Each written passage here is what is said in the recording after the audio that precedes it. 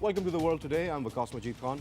Today we have two interesting topics to discuss. The first one is a statement by the United States which says Pakistan and Taliban have legitimate grievances and those grievances will be addressed. A very positive note echoing out of Washington, and we hope that that sentiment is carried forward. We'll talk about this particular statement in detail and also what those grievances might be and how the U.S. Aims to address those grievances. Our second topic is also connected, which is as a result of the Corps Commanders Conference which took place recently. The Army has vowed to establish enduring peace within the country and to consolidate the gains that have been made as a result of the operations that were carried out. That would be Operation Zarb-e-Azam and then followed by Operation Radul Fasad. So let's get the conversation started. I'd like to introduce my guests in the studio. Joining me for the discussion today, we have first of all Ambassador Saeed Khalid Saab with us, and with him we have Brigadier Ihsan Shah. Thank you, sir, for being here. So let's begin with this very positive note coming out of Washington, very surprising as well. The United States has acknowledged that both Pakistan and the Taliban have legitimate grievances and that the United States is willing to address those grievances. How do you make the statement out now, sir, after all the back and forth that we have been witnessing between the two countries?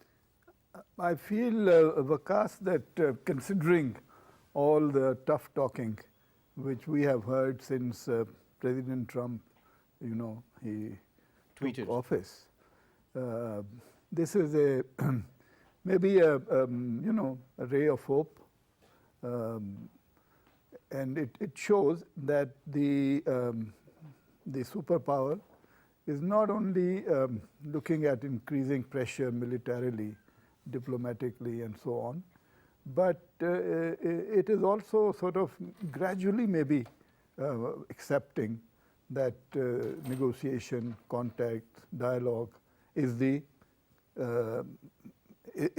at least it should be explored.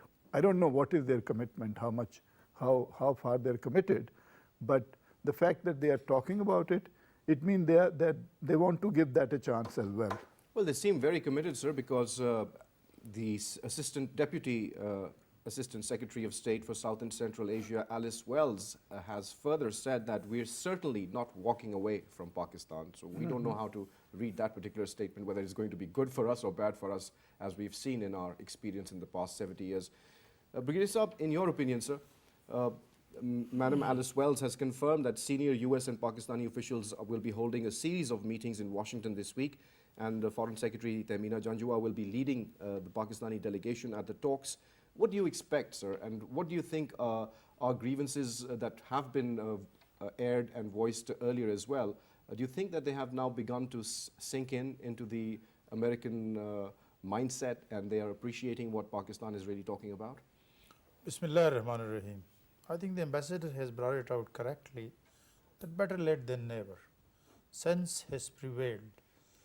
If you recall, right from the administration Trump took over, he was pressurizing and he was using these tactics that Pakistan should be bullied.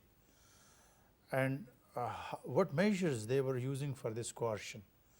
They were using the elements against Pakistan inside Afghanistan. They were provoking India, and they were siding and aiding with India. There was an axis, Indo-Israel nexus also, which was working against Pakistan. And then they suspended the aid also. And then they aired their voices on the international TFAT, Task Force Action Group, which we have discussed earlier in the previous program. They were using all these tactics to pressurize Pakistan so that Pakistan should decide under, a compelled Pakistan should decide and toe the line what the Americans, India and Afghan government is doing. But by the grace of God, Allah all willing, Pakistan has stood fast. It has not withdrawn from its original stand, and Pakistan has conveyed its message that we do not want increasing role inside Afghanistan for India. For whatever cause they may be, we have economic ties with them. As Curtis has said, Dana, spokesman of the Pentagon administration and very close aide to the spokesperson, very close aide to Trump, has said that Pakistan, that America is consulting India not only on South Asia, but beyond that. It is not related to Pakistan only. We are not concerned. Nations have interests, they have relations based on their interest. Let it go like that. But Pakistan should not be scapegoated, and Pakistan should not be sidelined so far Afghanistan is concerned and the region is concerned. Now I am coming to another. The Pakistani approach, regional approach, has worked very well. Pakistan was in consultation with China, economic tiger, the emerging power in the world and particularly in Asia. And Pakistan was in connection and in communication with more asserting Russia. So these two factors have also worked to convey the message to America that Pakistan does matter, and Pakistan has the ability to play its role in regional and international politics. So, and then the influence of Taliban, they were pressurizing Taliban, but Taliban has also, we are not a party to it, but Taliban is a party in Afghan peace in the region. So they have not coerced Taliban also. Taliban has categorically told that we will not hold talks with Afghan government because Afghan government doesn't matter. We will hold talks with Americans. They asked Pakistan to influence Taliban, and Pakistan has done it. Pakistan is in connection with Taliban, and they are asking them that a peaceful Afghanistan is in the interest of the whole region. It is in the interest of all the warring parties, and particularly the Afghan people. But Pakistan's need is a stable, a well-governed Afghanistan, because non-governed areas in Afghanistan is a big problem for Pakistan. The people, Tehreek-e-Taliban element, anti-Pakistan element are there. And what are the demands? What the message has given, which what they are saying, that Pakistan has a legitimate concern. What are the concerns? The Pakistani concerns are that please bring the ungoverned area inside Afghanistan under control, because these spaces are being utilized against America, against Afghan government, against Pakistan. The anti-Pakistan elements are flourishing there. They are planning and they are executing their anti-Pakistani agenda, and then the proxy war is in progress. These are the concerns, and the increasing role of India inside Afghanistan against Pakistan is a concern. If they were given a role inside Afghanistan, we do not object that, but this increasing role is being used against Pakistan, which is a big source of concern. So these were the concerns, and then in creating, reinvigorating those steps and those bringing those measures into effect, which can create a situation, peaceful situation, a favorable situation for the safe returns of 2.5 million Afghan refugees, and then border management, all these. And then Pakistan should be used as a friend, not called as an enemy. The economic assistance you have seen, the Alice has said, the spokesperson Dana has said, and all those people has brought it out, that US economic security and aid sanctions have not worked. Absolutely. It has not been able to deflect Pakistan from its point of view. So these are some of the ground realities which has compelled America to come to the terms and listen to Pakistan. We do not want anything. We are not begging.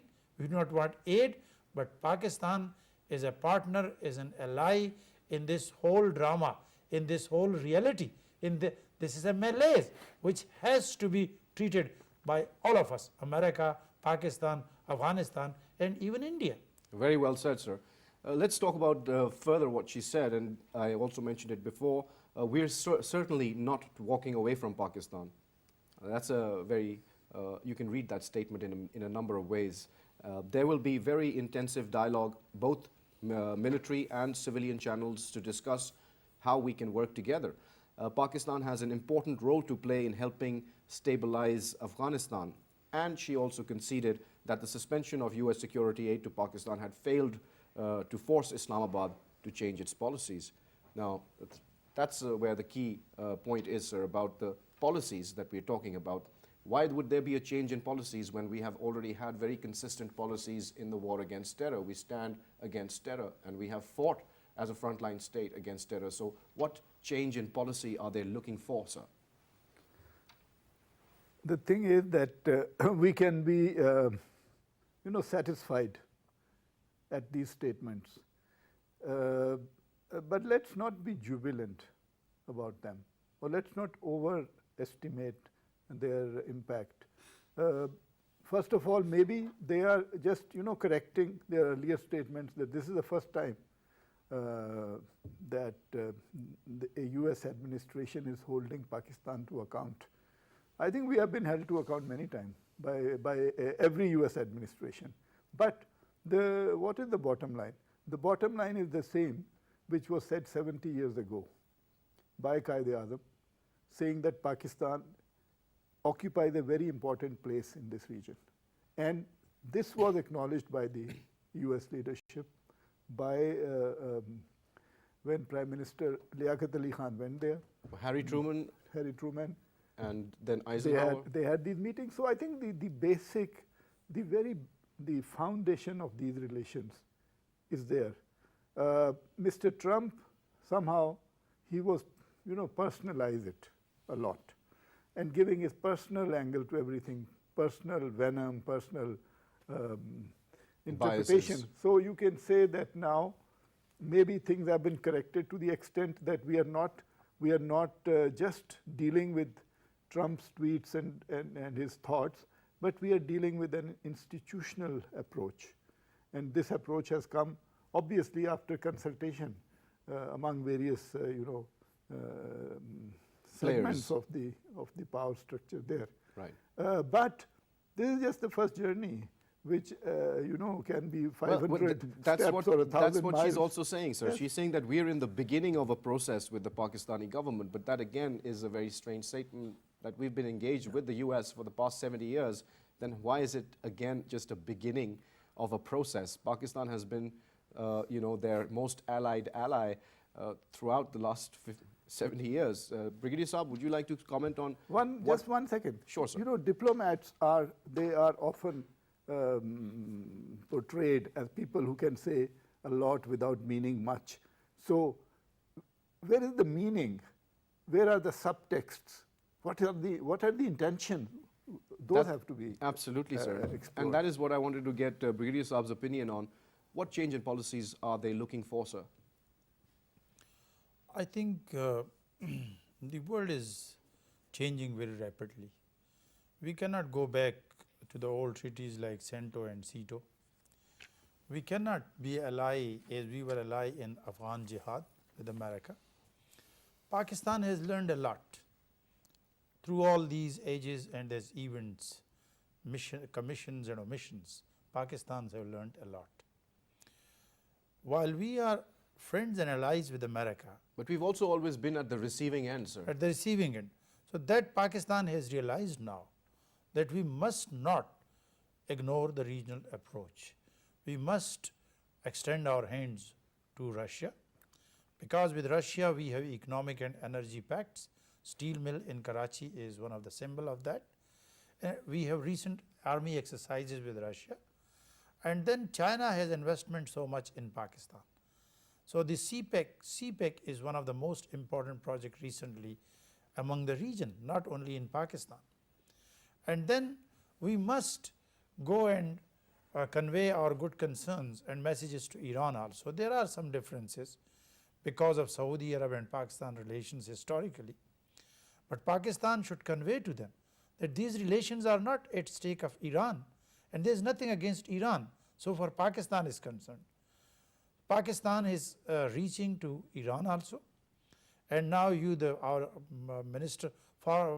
Prime Minister is in Kathmandu, Nepal, and all these things. Turkey, it is our very close ally, and Saudi Arab and Gulf Cooperation Council, you understand what sort of relationship we have. I am not saying that every relation is very ideal, but Pakistan has realized it, that all relation should be considered important, whether it is Bhutan, whether it is Nepal, or whether it is America. All states are equal. So far world affairs are concerned. Influence is different. The American influence is different. It is not bipolar world, it is a unipolar world. America is important in all these issues and relations.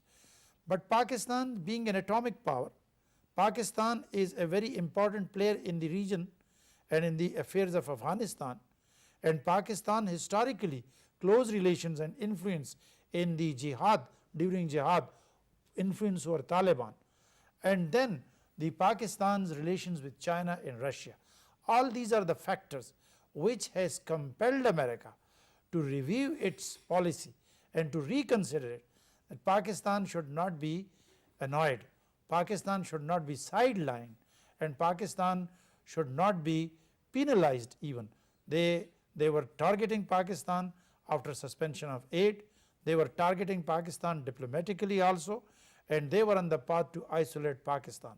But Pakistan has played its role peacefully, and Pakistan has showed that to them that even if you do everything, Pakistan is a partner in war on terror. Because your agenda in Afghanistan, surfacely you are saying that we are fighting against terrorism. Pakistan is an ally in terrorism. We will not stop your land routes. We will not deny you our air spaces. We will not stop our intelligence sharing. We will not let anybody come this side of Pakistan, whether they are Haqqanis or whether they are anybody. Even we have conveyed this. Let's sit for an effective border management. Pakistan has done a lot on its side. That Afghan government should come forward and they should cooperate with Pakistan, so that this blame of word game, blame game should be over.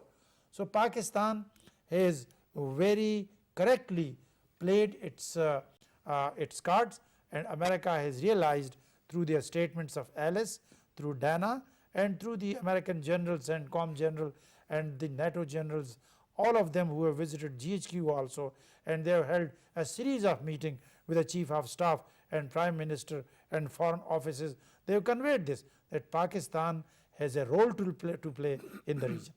Absolutely, sir. But when we talk about Pakistan's concerns and the grievances that Ms. Alice Wells has also mentioned, Ambassador Saab, when are we going to talk about Kashmir? Because that is the real issue. Until and unless the Kashmir issue is not seriously addressed, we will not see peace in the region. And especially when we talk about how much we've lost in Afghanistan in terms of our economic cost that Pakistan has to bear, our imports and exports to Afghanistan have fallen less than half. And the Indians and the Chinese have moved in and they've taken over the market. So Pakistan is actually suffering even on the economic front. And then the IMF has also said that the outlook for Pakistan's economy looks bleak. So now, where do we stand, sir? And then how do we really reconcile all these issues and move forward? That sounds like a whole government's agenda, which obviously you don't expect me to Well, I do expect some answers and some solutions, sir, some recommendations at least. Because you started with Kashmir. Yes, sir. You went on to the regional situation and Pakistan. Because all roads lead to Kashmir at the end of it, sir.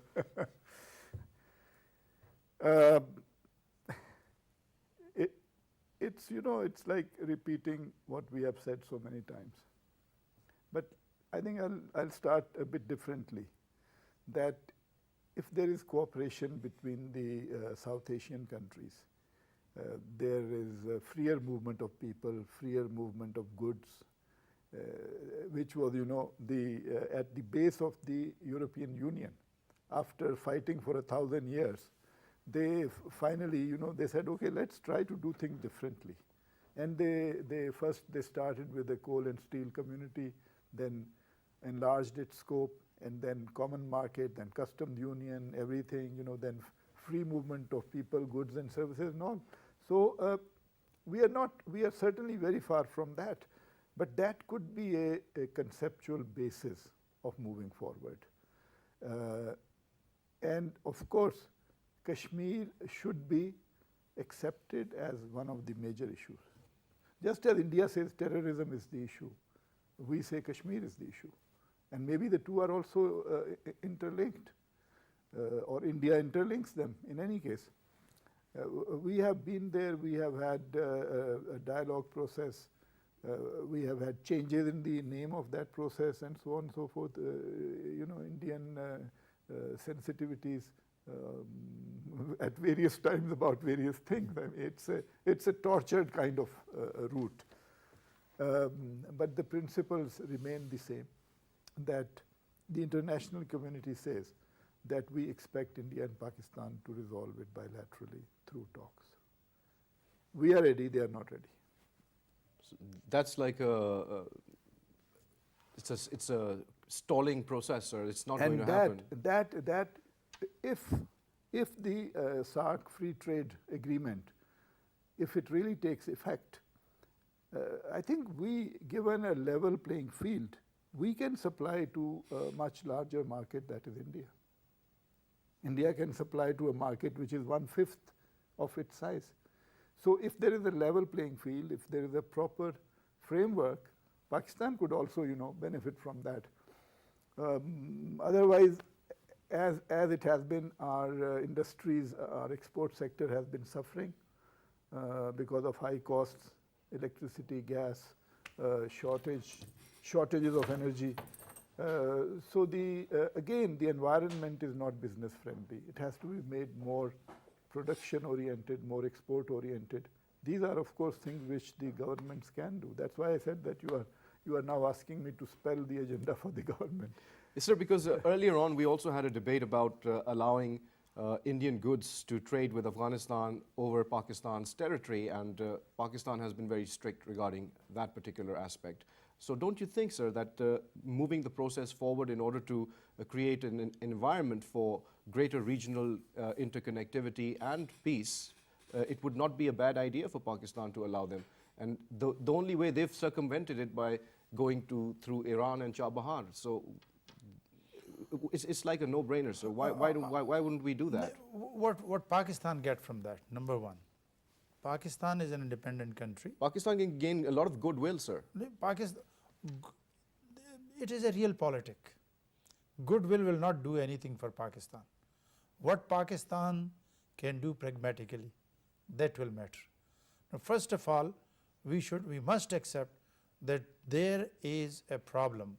There is an issue between India and Pakistan, and that is a core issue, and that is a source of all evils. India must accept that. It is not a part of land for somebody. It is a genuine freedom movement. Pakistan is asking that world should realize and use their influence on India to accept the ground reality. Kashmir is, the area is more than 68 of the UN present countries. The Kashmir area is there. 92 countries have lesser population than Kashmiri in the world. So many people, so much area is illegally occupied. And you say that Pakistan should show a goodwill gesture. How can it happen? We are an independent country. But the Afghans have also asked for the same thing, sir. Afghanistan is asking it in a different perspective. Afghanistan should make an access of Pakistan to Central Asia. They should use their good offices. They should bring peace, compel America to create that environment inside Afghanistan. Why not Central Asia? Let's you make secure that area and that route for Pakistan, and we make secure and allow India to come. Let's have a joint effort. Absolutely, sir. Let's have a joint effort. That's what I'm talking about. So if the joint effort is there, then America should come and play a lead role. That's exactly the point, and then they should address this issue in totality. Trade. Now there is an imbalance of trade between India and Pakistan. When you are dealing and having a trade with another country, with another partner, what you are getting and what you are giving and receiving, there is a colossal, there is a huge difference in between. Your industries will go down, your agriculture will go down, your domestic industries and products will go down. So how can you allow and bring these miseries to your own people, to your own traders, to your own business community, to your own agricultural land owners. So that reality should also be seen once we are talking that a route for trade should be allowed to. Right. It will be just like The math has to be done yes, first. the mathematical question has to be solved first. Absolutely. Number one. Now I'm coming to another factor. India has never been a friend to Pakistan. You have fought 4 wars with them. It is not that I am an army person, so I am talking against a bilateral or a goodwill or this or good relation or this. I am talking you in a very frank manner, just like a world citizen, not only a Pakistani citizen. India is responsible for killing innocent Kashmiris. It is a humanitarian issue. It is not an issue of Pakistan or India. They are responsible for that. They are killing every day so many of innocent Indians, Kashmiris, women, children, wives, everybody, irrespective of this who belongs to where and who is claiming what. Then India is responsible for the bifurcation of Pakistan. They have cut you into two. They have illegally occupied Siachen Glacier. They have illegally occupied so many other areas. At the moment, they are bombarding thousands of villages and hundreds of villages and so many people in Kashmir. In this side of Pakistan on LOC, they are bombarding and killing. You know they targeted a bus carrying Absolutely, school sir. children. Absolutely. So if they want Pakistan to give them a trade route, if they want a goodwill gesture from Pakistan, what goodwill gestures they are ready to show? It is a give and take. Absolutely, So sir. give and take mathematical issue is not very straight for Pakistan. They must also work. They must also show a goodwill gesture.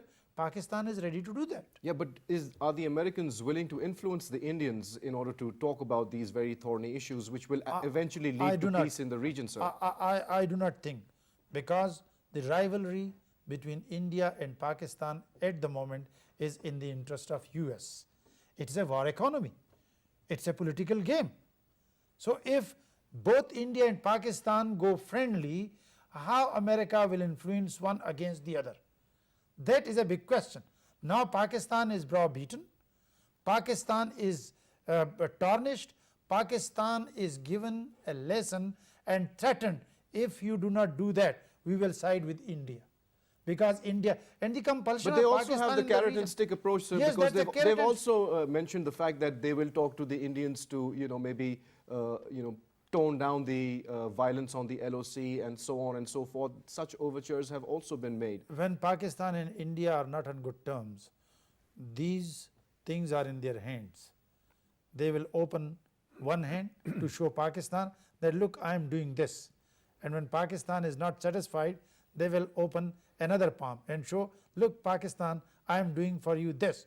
These are the ambassador is very well known to all these tactics. The stick and carrot tactics are there. America must have something with them in their hand to browbeat Pakistan, to pressure Pakistan. Play your role as America want in the region, inside Afghanistan. If you don't do that, we are siding with India. Right, sir. Well, let's move on to our second topic, sir, which is even more interesting because it's a statement that has come out after the Corps Commanders Conference, and the Army has vowed to establish an enduring peace in the country by capitalizing on the successes achieved in the fight against terrorism and extremism. That's the statement that has come out from the ISPR, sir. How do you view this particular statement, sir? What exactly is the subtext and what are we trying to say? In my understanding, it confirmed the Army's basic approach, which has been for many years now to root out terrorism, to root out the terrorist networks. And obviously, success in that will help you in achieving success in a lot of other fields. But just to give you an example, Pakistan today is the 10th military power in the world, or around that. But I think it was the 9th. 9th, 10th, Yes. 11th, Yes. depends on how you, maybe the statistics, Right, sir. criteria. But it is the 40th economic power. In terms of GDP, we are in 40th position in the world. The government says, the present government says, that with the help of CPEC investments and other activity, Pakistan will come to 25th position, from 40th to 25th position by 2025, which is not far, which is in 7 years. Right. But when I say, but we are the 6th most populous country in the world, and we are aspiring to be the 25th economy, it doesn't sound very good to me. Economy needs a lot of attention. We have bungled it up badly. I'm not an expert or an economist to spell out all that, but everybody knows that we have not succeeded. It's not a great success story. Security is a better success story. But there also, I would like to point out that the police is not up to the task, because army cannot do it alone. It is the police which penetrates to the village level, everywhere in the country. They are the main law and order Custodians of law and order, of the country. Right, sir. So where are they? I would say that they recruit their leadership through a competitive examination, the CSS, but at the lower levels, recruitment is not satisfactory. Neither the material, nor the training, nor their motivation or courage. So how are we going to ensure success in security without a robust kind of police force? That's my... Or one with integrity, sir. That's Also- the most important thing, I suppose, also- which is missing. Absolutely, absolutely. So any country which wants to have peace, less criminality, greater security for its people, must improve the police force. Absolutely, sir. Brigadier Saab, when we talk about the gains that the army operations have made in the fight against extremism, there are questions that are raised about the sustainability of those achievements. That is a crucial question now. Do you think that it is satisfactory that the way we are sustaining, or we are able to sustain or reclaim the peace that we have been able to reclaim in the past, I would say, 4 or 5 years? I think the ambassador has had a reference towards that, what I am saying, that military is preparing a situation. Military softens a target. Military is not the ultimate solution. It is not the ultimate solution. So Pakistan Army, right from 2001, is engaged in this war on terror. It is being fought externally also, and it is being fought internally also. Pakistan Army is now in pieces all over the country available, and mostly they are doing the job of police, because police is not well trained. Police doesn't have the wherewithal available with them, and police is not well trained. And the other thing is that police is politicized. And when we say police is politicized, then in some cases criminals have been recruited in police. And now you see the situation in Karachi, you see the situation in various parts of the country, because you have not enrolled the police, those people who are responsible, and they have a lion's share in these security operations. That is not on merit. This is one of the aspects of security, internal security of Pakistan. The second is that for the last 18 years, Pakistan Army is being used on a police role. It must come to an end. What does it say about the rule of law in the country, sir? The rule of law in the country, I think it is pathetic. So far, and who would you blame for that, sir? Because it's very simple to say that it's pathetic, but then there are reasons why it's pathetic, and then that has to be held accountable, sir, for that. Look, first of all, when there is a saying in the Chinese, there is a Chinese proverb that fish rots from the head. So first of all, who is responsible? It is the government. because government makes the rules. Rules are made by the government, by the assemblies, by the parliament. The institutions are very weak because institutions are not being utilized and they are not being allowed to work at their own. There is a political head on the top. So let us bring institutions on merit. There was a saying that law is governed by the poor. Poor is governed by the law. Rich governs the law.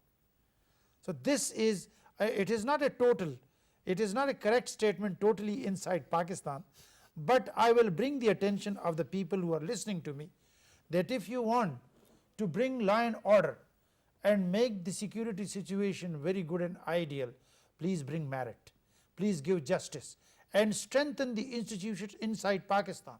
You must, why Taliban came in Afghanistan?